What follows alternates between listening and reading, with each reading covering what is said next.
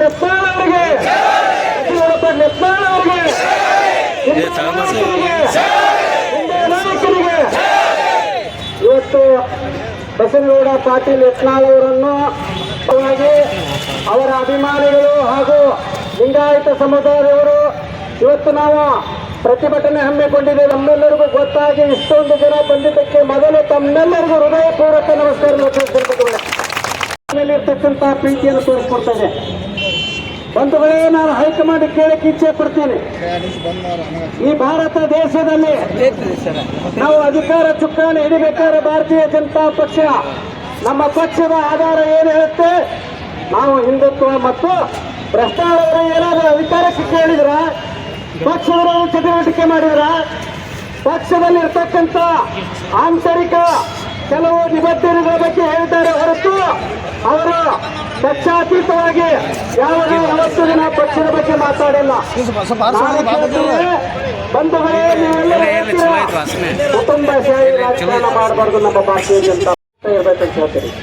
ಬಸನಗೌಡರು ಅವರು ಅದೇ ಉದ್ದೇಶ. ಭ್ರಷ್ಟಾಚಾರ ನಿರ್ಮೂಲನೆ ಆಗಬೇಕು, ನಮ್ಮ ಪಕ್ಷದಲ್ಲಿ ಕುಟುಂಬಶಾಹಿ ರಾಜಕಾರಣ ಆಗಬೇಕು. ನಿಮಗೆ ನಮ್ಮಲ್ಲಿ ಇರ್ತಕ್ಕಂಥ ಭಾರತ ದೇಶದಲ್ಲಿ ಕರ್ನಾಟಕದಲ್ಲಿ ನೀವು ಪಕ್ಷ ವಿರೋಧಿ ಚಟುವಟಿಕೆ ಮಾಡಿದವ್ರನ್ನು ಬಿಟ್ಟಿದ್ದೀರಾ. ನಾನು ಈ ಸಮಯದಲ್ಲಿ ಹೇಳಬಾರ ಹೆಸರು ಹೇಳ್ತೀನಿ. ಶೇಖರ್ ಅವರು ಬಹಿರಂಗವಾಗಿ ಕಾಂಗ್ರೆಸ್ ಜೊತೆ ಶಾಮೀಲಾಗಿದ್ದಾರೆ, ಬಹಿರಂಗವಾಗಿ ಪಕ್ಷದ ವಿರುದ್ಧ ಮಾತಾಡ್ತಾರೆ. ಅವರ ವಿರುದ್ಧ ಏನು ಮಾಡಿದ್ರೆ ನೀವು ಹೈಕಮಾಂಡ್ ಕೇಳ್ತೀನಿ ನಾನು. ಇವತ್ತು ಬಸನಗೌಡ ಪಾಟೀಲ್ ಯತ್ನಾಳ್ ಅವರು ಉತ್ತರ ಕರ್ನಾಟಕ ಅಲ್ಲ, ಇಡೀ ಕರ್ನಾಟಕದಲ್ಲಿ ಹಿಂದುತ್ವದ ನಾಯಕ ಅಂತ ನಾವು ಹೇಳ್ಬಯಸ್ತಾ ಇದ್ದೇವೆ. ಬಂಧುಗಳೇ, ಅಂತ ನಾಯಕರಿಗೆ ಇವತ್ತು ನೀವು ಕೊಟ್ಟಂತ ಶಿಕ್ಷೆ ಏನು? ನೀವು ಕೊಟ್ಟದಕ್ಕೆ ನಾವು ಇವತ್ತು ಸ್ವಾಗತ ಮಾಡ್ತೀವಿ. ಯಾಕೆ ಸ್ವಾಗತ ಮಾಡ್ತೀವಿ ಅಂದ್ರೆ अब चालू है, अब ट्रेलर चालू हो गया, अभी पिक्चर बाकी है. ಇವತ್ತಿನಿಂದ ನಮ್ಮ ಆಟ ಶುರು. ಇನ್ನು ಮೇಲೆ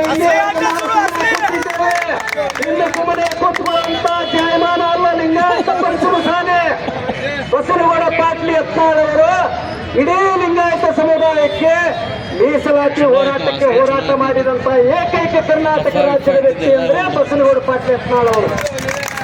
ಅವರು ಬರೀ ಪಂಚಮಸಾಲೆ ಬಗ್ಗೆ ಕೇಳಿಲ್ಲ. ಮೀಸಲಾತಿ ಲಿಂಗಾಯತ ಒಳಪಂಗಡಗಳು, ಸಣ್ಣ ಸಣ್ಣ ಉಪ್ಪಾರ ಇರಬಹುದು, ಆದಿವಾಸಿ ಇರಬಹುದು, ಕುಡವಕ್ಕಲಿಗಿರಬಹುದು, ಹೂಗಾರ್, ಮಾಲ್ಗಾರ್, ಹಡಪ್ಪಾದ ಇನ್ನಿತರ ಅನೇಕ ಜಾತಿಗೆ ಅವರು ಮೀಸಲಾತಿ ಕೊಡ್ಬೇಕಂತ ಕೇಳಿದ್ರು.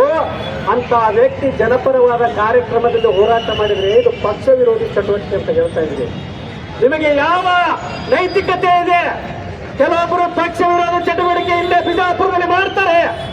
4.5 ವರ್ಷ ಅವರು ಬಿಜೆಪಿ ಅಂತ ಹೇಳ್ತಾರೆ. ಮುಂದೆ ಎಲೆಕ್ಷನ್ ಬಂದಾಗ ಕಾಂಗ್ರೆಸ್ ಜೊತೆ ಶಾಮೀಲಾಗಿ ನಿನ್ನೆ ಅವರು ಒಂದು ಹರ್ಷೋದ್ಗಾರ ಮಾಡ್ತಾರೆ, ಸ್ವೀಟ್ ಅಂತಾರೆ. ಅಂತವರು ಪಕ್ಷದ ನಿಷ್ಠಾವಂತ ಕಾರ್ಯಕರ್ತರ. ಬಂಧುಗಳೇ, ನೀವೇನು ಮಾಡ್ತಾರೆ? ಭಾರತೀಯ ಜನತಾ ಪಕ್ಷದ ಮುಖಂಡರು ನಾನು ಕೇಳಬಯಸ್ತಾ ಇದ್ದೇನೆ. ಬಸನಗೌಡರಿಗೆ ಕೊಟ್ಟಂತ ಒಂದು ಶಿಸ್ತು ಕ್ರಮ ಇದೇನ ಉಚ್ಚಾಟನೆ ಮಾಡಿ ಲೆಟರ್ ನೀವು ವಾಪಸ್ ತಗೋಬೇಕು. ಇಲ್ಲಾಂದ್ರೆ ನಾಳೆ ಹೊತ್ತೊಂಡ್ರೆ ಎಲೆಕ್ಷನ್ ಐತಿ, ಗೆಡ್ತಿ ಟಿಪಿ, ಅವಾಗ ನಾವು ತೋರಿಸ್ತೀವಿ ಬಸನಗೌಡ ಪಾಟೀಲರ ಅಭಿಮಾನಿಗಳು. ಆದ ಕಾರಣ ನಾನು ಕೂಡ ಇವತ್ತು ಅತಿ ನೋವಿನಿಂದ ಹೇಳ್ತೀನಿ. ನಾನು ಒಬ್ಬ ಸಾಮಾನ್ಯ ಭಾರತೀಯ ಜನತಾ ಪಕ್ಷದ ಕಾರ್ಯಕರ್ತನಾಗಿ ಹೇಳ್ತಾ ಇದ್ದೀನಿ, ನಮ್ಮ ಪಕ್ಷ ಯಾವುದೇ ದುಡುಕಿನ ನಿರ್ಧಾರ ತೆಗೆದುಕೊಳ್ಳಬಾರದು. ಈಗಾಗಲೇ ತೆಗೆದುಕೊಂಡಿದ್ದೀರಾ. ಇವತ್ತು ಬಸನಗೌಡ ಪಾಟೀಲ್ ಯತ್ನಾಳ್ ಬಗ್ಗೆ ಇಡೀ ಕರ್ನಾಟಕದಲ್ಲಿ ಹೋರಾಟ ನಡೀತಾ ಇದೆ. ಕರಾವಳಿ ಭಾಗದಲ್ಲಿ ಕೂಡ ಇವತ್ತು ಹೋರಾಟ ಮಾಡಿದ್ದಾರೆ. ಬಸನಗೌಡರು ಬಂದಿದ್ದಿಲ್ಲ ಅಂದ್ರ ನಮ್ಮ ಕರಾವಳಿ ಭಾಗದಲ್ಲಿ ಬಿಜೆಪಿ ಪಕ್ಷ ಗೆಲ್ತಿರ್ಲಿಲ್ಲ ಅಂತ ಇವತ್ತು ಅಲ್ಲಿರ್ತಕ್ಕಂಥ ಜಿಲ್ಲಾ ಮುಖಂಡರು ಹೇಳ್ತಾ ಇದ್ದಾರೆ. ಪಕ್ಷದ ವಿರುದ್ಧ ಮಾತಾಡಿಲ್ಲ, ಕುಟುಂಬ ರಾಜಕಾರಣದ ಬಗ್ಗೆ ಮಾತಾಡಿದ್ದಾರೆ, ಭ್ರಷ್ಟಾಚಾರದ ಬಗ್ಗೆ ಮಾತಾಡಿದ್ದಾರೆ ಮತ್ತು ಹಿಂದುತ್ವದ ಬಗ್ಗೆ ಮಾತಾಡ್ತಾರೆ. ವಿಜಯ ಇದೇ ವಿಜಯಪುರದಲ್ಲಿ ನಾವು ನೀವೆಲ್ಲರೂ ಆತ್ಮಮುಟ್ಟಿ ನೋಡಿಕೊಳ್ಳಬೇಕು. ಮೊದಲು ಹೆಂಗಿತ್ತು, ಈಗ ಹೆಂಗಾಗಿದೆ ನಮ್ಮ ವಿಜಯಪುರ. ಆದ ಕಾರಣ ನಾನು ಹೈಕಮಾಂಡ್ ಅಲ್ಲಿ ಮನವಿ ಮಾಡಿಕೊಳ್ತೀನಿ, ನೀವು ಮರುಪರಿಶೀಲನೆ ಮಾಡಿ. ಇವತ್ತು ಶ್ರೀರಾಮುಲು ಕೂಡ ಪ್ರೆಸ್ ಮೀಟ್ ಮಾಡಿದ್ದಾರೆ, ಇವತ್ತು ರಮೇಶ್ ಜಾರಕಿಹೊಳಿ ಅವರು ಕೂಡ ಪ್ರೆಸ್ ಮೀಟ್ ಮಾಡಿದ್ದಾರೆ, ಸಿದ್ದೇಶ್ ಅವರು ನಾಳೆ ಬೆಂಗಳೂರಲ್ಲಿ ಮೀಟಿಂಗ್ ಮಾಡ್ತಾ ಇದ್ದಾರೆ. ನಾನು ಮೊದಲು ಇವತ್ತೇನು ಬಸನಗೌಡರ ಒಂಟಿ ಸ್ಥಳಗಲ್ಲ, ಬಸನಗೌಡರ ಹಿಂದೆ ಇಡೀ ಹಿಂದುತ್ವ ಇದೆ, ಅವರ ಹಿಂದೆ ಇಡೀ ಕರ್ನಾಟಕ. ಅವರಿಗೆ ಪ್ರಾಣ ಕೊಡೋಕ್ಕೂ ನಾವು ತಯಾರಿದ್ದೇವೆ. ನಾವೆಲ್ಲರೂ ಮೊದಲು ನಮ್ಮ ಕರ್ನಾಟಕ ರಾಜ್ಯದಲ್ಲಿ 1 ಕೋಟಿ ಬಿಜೆಪಿ ಮೆಂಬರ್ಶಿಪ್ ಇತ್ತು. ಕಳೆದ 24 ಗಂಟೆಯಲ್ಲಿ ಇವತ್ತು 26 ಲಕ್ಷ ಜನ ಮೆಂಬರ್ಶಿಪ್ ರಾಜೀನಾಮೆ ಕೊಟ್ಟಿದ್ದಾರೆ, ಪ್ರೀತಿಗೋಸ್ಕರ ರಾಜೀನಾಮೆ ಕೊಟ್ಟಿದ್ದಾರೆ. ಆದ ಕಾರಣ ನಾನು ಮತ್ತೊಮ್ಮೆ ಭಾರತೀಯ ಜನತಾ ಪಕ್ಷದ ನಾಯಕರಲ್ಲಿ ಹೈಕಮಾಂಡಲ್ಲಿ ಮನವಿ ಮಾಡಿಕೊಳ್ಳುವುದೇನೆಂದರೆ, ಈ 26 ಲಕ್ಷ ಜನ ಮೆಂಬರ್ಶಿಪ್ ರಾಜೀನಾಮೆ ಕೊಟ್ಟಿದ್ದಾರಲ್ಲ, ಇನ್ನು ಮುಂದೆ ಹೀಗೆ ಹೋದ್ರೆ ಒಂದು ವಾರದಲ್ಲಿ ನಾವು ಬೆರಳಿಕೆ ಎಷ್ಟು ಮೆಂಬರ್ಶಿಪ್ ಅಷ್ಟೇ ಉಳಿತಾರೆ, ಊರುಗಳು ಎಲ್ಲರೂ ರಾಜೀನಾಮೆ ಕೊಡ್ತಾರ.